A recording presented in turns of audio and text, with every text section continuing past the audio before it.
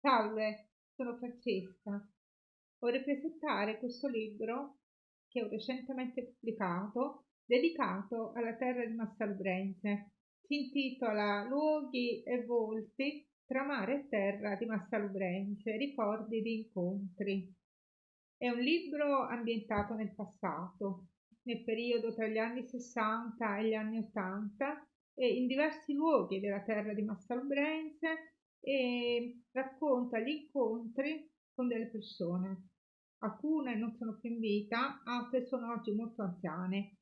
Ho avuto piacere di ricordarle, quindi diciamo che è un libro nato dal desiderio di fermare la memoria, di trasmettere la memoria personale, e poi è diventato qualcos'altro, qualcosa di molto più entusiasmante anche a livello relazionale. Allora, innanzitutto è una raccolta di 7 racconti ambientati in luoghi diversi di questa terra così varia, così bella, così particolare. In ogni luogo c'è una persona, quindi c'è un legame molto forte che unisce le persone e i luoghi in cui abitavano, lavoravano, svolgevano le attività. I protagonisti sono uomini e donne che di altri tempi, come dicevo, che avevano stili di vita diversi, praticavano attività molto diverse tra loro, ma sono tutte personalità particolari che ho avuto piacere di ricordare. Massalubrense è la terra in cui risiedono i miei ricordi più belli, i ricordi della mia infanzia, della mia giovinezza, sia per quanto riguarda la bellezza dei luoghi, in modo particolare Baia di Eranto, Punta Campanella, che per questo ho inserito in copertina per la loro bellezza veramente unica, ma ci sono anche ricordi delle persone, della dolcezza, dell'accoglienza delle persone di questi luoghi che ho avuto la fortuna di incontrare e frequentare. Allora, per chi non conosce la terra di Massalubrense, c'è da fare un piccolo accenno al territorio. Diciamo, questo territorio ha una forma all'incirca triangolare, è la punta estrema della penisola sorrentina che si protende nel Mar Tirreno di fronte all'isola di Capri. Allora abbiamo una parte collinare, quindi il confine con la terra di Sorrento, che passa qui sulle colline, e poi abbiamo è la base del triangolo, e poi abbiamo due lati che sono marittimi, un lunghissimo sviluppo costiero. Qui a nord-ovest abbiamo il Golfo di Napoli e invece a sud-est il Golfo di Salerno. Nel vertice c'è la Punta Campanella, il luogo di Finis Terre, il punto in cui la terra finisce, si tuffa nel mare, nello stretto delle Bocche di Capri. I racconti di queste 7 persone sono stati volutamente articolati secondo un circuito ideale, ovviamente, ma anche geografico, che parte dalla Marina del Cantone, quindi da un borgo di mare, un borgo di pescatori, passa per la terra di Termini, tra Punta Campanella, Namonte e Monte San Costanzo, poi prosegue di nuovo lungo la costa, giunge alla Marina della Lobra e poi prosegue alla Marina di Puolo, a confine con Sorrento. Quindi parte da un borgo di mare, finisce in un altro borgo di mare e attraversa alcune zone interne collinari, che sono quelle che ho conosciuto e frequentato maggiormente. In questa terra così varia, fatta di paesaggi così vari, sono ambientati i racconti. Le persone che ho ricordato, come dicevo prima, sono persone molto diverse. Il primo racconto si intitola Un pescatore tra due golfi ed è dedicato ad Americo, un uomo che incontrava la Marina del Cantone, che praticava la pesca, che successivamente guidava anche le barche, accompagnava le persone, ecco, quindi viveva in una realtà molto diversa da quella attuale. Oggi la Marina del Cantone è un luogo sostanzialmente di balneazione, molto affollato, pieno di gente. All'epoca era un borgo semplicissimo e le foto d'epoca che mi sono state fornite dai familiari di Americo, il quale è ancora in vita, sono delle foto che tra l'altro documentano anche il luogo in maniera che veramente ci fa riflettere. e ho avuto la fortuna di rivedere Americo in videochiamata, di ritrovarlo ed è stata un'emozione veramente grandissima e lo ringrazio. Un altro personaggio che viene subito dopo è Rosa. Il racconto si intitola La donna tra bambini, fiori e animali. Rosa viveva un po' a valle di Termini, tra Termini e Punta Campanella, in località Namonte. Era la custode di una casa rurale, eccola qui, una donna che sapeva fare tante cose, che amava le piante, coltivava la terra, faceva di tutto. Veramente una custode di saperi e di saper fare con le mani, camminava tanto a piedi, una persona che mi è rimasta nel cuore, veramente con tanto affetto e mi ha fatto piacere ricordarla nel suo ambiente e ricordare anche tanti momenti della mia infanzia vissuti con lei e tanti insegnamenti che senza volerlo mi ha trasmesso. Poi c'è il ricordo di un maestro dei muri di pietra, Giovanni. Anche questo è un personaggio importante del territorio di Punta Campanella, tra Termini e Punta Campanella, poiché quel territorio è tutto strutturato a gradoni. La costruzione dei muri di pietra è qualcosa di molto antico in questa terra. La terra è questa terra scoscesa, questa montagna che sprofonda nel mare, è stata terrazzata. Quindi nei secoli, fin dall'antichità, sono stati realizzati questi muri a secco di pietra con una tecnica straordinaria. E Giovanni in realtà era giovane, negli anni 60-70 lavorava e io l'ho visto lavorare per ore, assistevo al suo operato, al suo modo di restaurare i muri, smontarli, rimontarli, fare le fondamenta, tirarli su, consolidarli e per questo mi ha fatto piacere ricordarlo, ma soprattutto ricordare non solo la sua abilità, ecco, nel realizzare questo tipo di costruzioni particolarissime, ma anche di ricordare proprio le sue movenze, di ricordare il suo modo di porsi anche verso noi spettatori bambini. E poi mi piace ricordare questi muri, sia perché sono bellissimi, hanno sfidato il tempo, sia perché questi muri li ho scalati, li ho toccati, c'è quindi anche la tangibilità di quest'opera. Quindi Giovanni per me è uno, non solo una persona che ricordo veramente con affetto, ma è anche una persona dalle grandi capacità, un grande maestro, ecco, un discendente probabilmente degli antichi costruttori che avevano strutturato questa terra. Eccolo qui, bellissimo uomo, sembrava un attore. Qualcuno sorriderà, ma per me è così.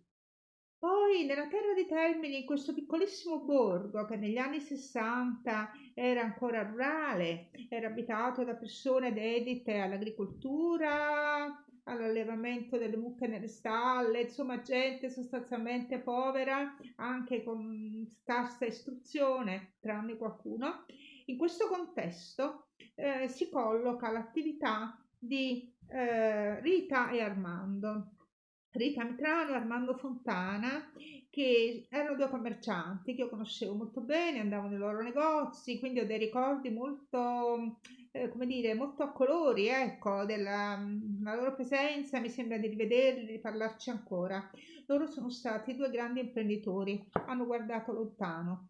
Quando questo piccolo paese si affacciava al turismo, quando cominciavano a nascere le prime strutture ricettive, loro hanno creato le cartoline. Dalla passione per la fotografia di Armando Fontana sono nate le prime edizioni di cartoline in bianco e nero.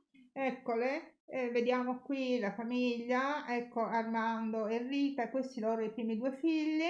E sono nate, dicevo, le edizioni di cartoline splendide, cartoline pregevolissime in bianco e nero negli anni 60 e poi pian piano a colori.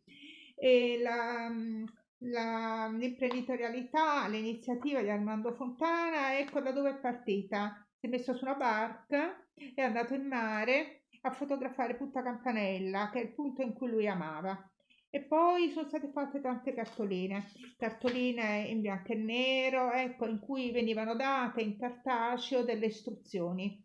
Tutte queste notizie su come venivano realizzate le cartoline mi sono state fornite da Elia Fontana attraverso una testimonianza personale che mi ha offerto. Elia Fontana è il figlio di Armando e Rita, oggi grande appassionato di fotografia, bravissimo, custode di un ampio patrimonio fotografico, documentale e anche digitalizzato, oltre che autore insomma di video fatti anche con il drone, eccetera. Elia Fontana mi ha fornito questa testimonianza che inviterei tutti a leggere, anche tutti coloro che sono cultori oggi della fotografia in digitale e delle tecnologie più avanzate, perché le cartoline dell'epoca sono state un punto miliare della rappresentazione fotografica di questa zona della penisola sorrentina e non solo. Quindi Elia ci racconta come venivano realizzate con i mezzi dell'epoca e come venivano realizzate, mandate in tipografia, stampate e poi divulgate. È veramente interessante, anche perché in penisola sorrentina so che ci sono persone che raccolgono foto d'epoca, le valorizzano, le restaurano, e quindi è bene che anche questa, cioè io desidero, ecco, che anche questo ramo proveniente da Terni, da questa piccola realtà marginale, venga ricordato e venga valorizzato. Poi ancora nella terra collinare, alle falde del Monte San Costanzo, c'è il ricordo di un'altra donna, una donna molto speciale. L'ho chiamata la donna dei saluti e dei sapori, la donna detta la Ciacciana. Ecco, siamo in questo contesto qui, alle falde del Monte San Costanzo, la montagna che svetta nella penisola sorrentina, che è visibile da chilometri e chilometri di distanza da tutti e due i mari, e sotto il monte c'era un caseificio che io ho frequentato, un caseificio storico, ecco, e questa donna, la Ciacciana, detta la Ciacciana, una persona simpaticissima, la donna che salutava, ciao ciao ciao ciao, per cui questa sua giovialità, questa sua simpatia è rimasta un po' nel cuore di tutti, e gli abitanti l'hanno chiamata appunto la Ciacciana. Io non ho conosciuto il suo nome fino a un mese fa, il suo vero nome. Quando sono entrata in contatto con i suoi figli ho saputo il suo vero nome, ho ricevuto questa foto e ho ricevuto anche le foto del caseificio, che oggi ovviamente è modernato, ecco, valorizzato, è diventato un caseificio importante che fa anche delle cose buonissime, il caseificio del Monte, di cui ho gustato molte volte le trecce di fior di latte, quindi troverete anche questa personalità. Poi c'è un altro racconto ambientato alla Marina della Lobra, ecco, quindi ritorniamo sul mare. Il protagonista è Liberato, anche detto Schiavone. È stato molto difficile ritrovarlo perché io lo avevo perfettamente nitido nei miei ricordi, tant'è che avevo scritto il racconto. Poi ho cercato Liberato, ma è stato difficile trovarlo. Alla fine una persona mi ha dato il suo contatto, l'ho chiamato. Liberato era perplesso. Sono io, non sono io. Siamo fatti una bella videochiamata, immediatamente l'ho riconosciuto, anche se sono passati più di 40 anni. Liberato era un ragazzo uomo, era molto giovane, ma era già un uomo di mare, indurito dalla vita difficile. Ecco, qui viveva la Marina della Lobra, questo borgo meraviglioso, con queste case che scendono giù verso il mare. È Liberato, era un abile pescatore, lavorava con le reti da pesca, sulle barche, con il gozzo, ecco questo gozzo bellissimo, Maria Assunta, di nome Maria Assunta, una barca robusta di quelle che tengono bene il mare, e in varie occasioni ho anche assistito a dei salvataggi che lui ha effettuato in mare con questa barca, lì dove non riuscivano ad arrivare mezzi di soccorso. E poi della Marina della Lobra mi è piaciuto ricordare anche la devozione marinara, che probabilmente molti conoscono, la devozione della Madonna che si trova in alto nella chiesa e della Madonnina che si trova sotto il mare, la protettrice dei sommozatori allo scoglio del Bervesce. Poi c'è il racconto dedicato alla Marina di Polo, altro borgo meraviglioso. L'ho intitolato Pescatori e ristoratori nel borgo. La Marina di Polo ha anche un luogo molto particolare, un casale molto antico, nel mio sentire è un borgo bifronte, nel senso che è legato da una parte al mare, dall'altra alla terra alle sue spalle. In questo luogo qui meraviglioso ho avuto modo di conoscere i pescatori. Ecco, non proprio questi, perché questi sono degli anni 50, ma ehm, ecco, ho conosciuto quest'uomo in particolare che oltre a Antonino, che oltre ad essere pescatore era anche un ristoratore che aveva aperto una piccola trattoria insieme con i suoi fratelli, ecco, qui la vediamo sotto un pergolato bellissimo, molto rustica, con questi tavolini, sedioline pieghevoli di legno, una trattoria in cui si mangiavano delle cose meravigliose. E ricordo la cuoca Eva in una cucina con tante fornelle a legna che preparava delle cose buonissime. Ho avuto la fortuna di entrare in contatto con gli attuali gestori, cioè coloro che hanno proseguito l'attività della trattoria di Antonino, Eva e fratelli Capozzo, così denominati Capozzo dal soprannome di Antonino, e quindi sono entrata in contatto con il ristorante L'Angolo del Mare di Capozzo, che ha ripreso la tradizione, che diciamo ha ripreso e tramanda i segreti di questa cucina mediterranea, di mare, di terra, e che mi ha fornito tante foto. Alla fine questa esperienza, che è partita con la memoria personale, quindi il desiderio di scrivere dei racconti, di ricordare le persone, è diventata una bellissima esperienza di socializzazione, sia perché ho avuto modo di incontrare virtualmente, perché sono lontana, ma comunque di sentire, di incontrare in videochiamata alcuni protagonisti, sia di contattare e di ricordare con tanta nostalgia e con tanta gioia dentro il cuore le persone che non ci sono più.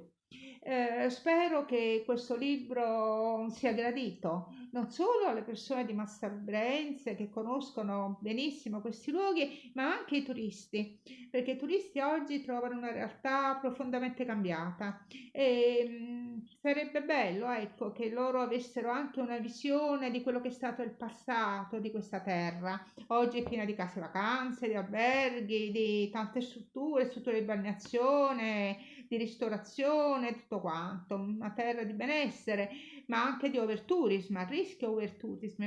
Quindi penso che sia importante trasmettere queste memorie anche a coloro che vengono da lontano e che possono sapere qualcosa in più di questa terra, qualcosa che non si vede più e che è importante custodire e ricordare.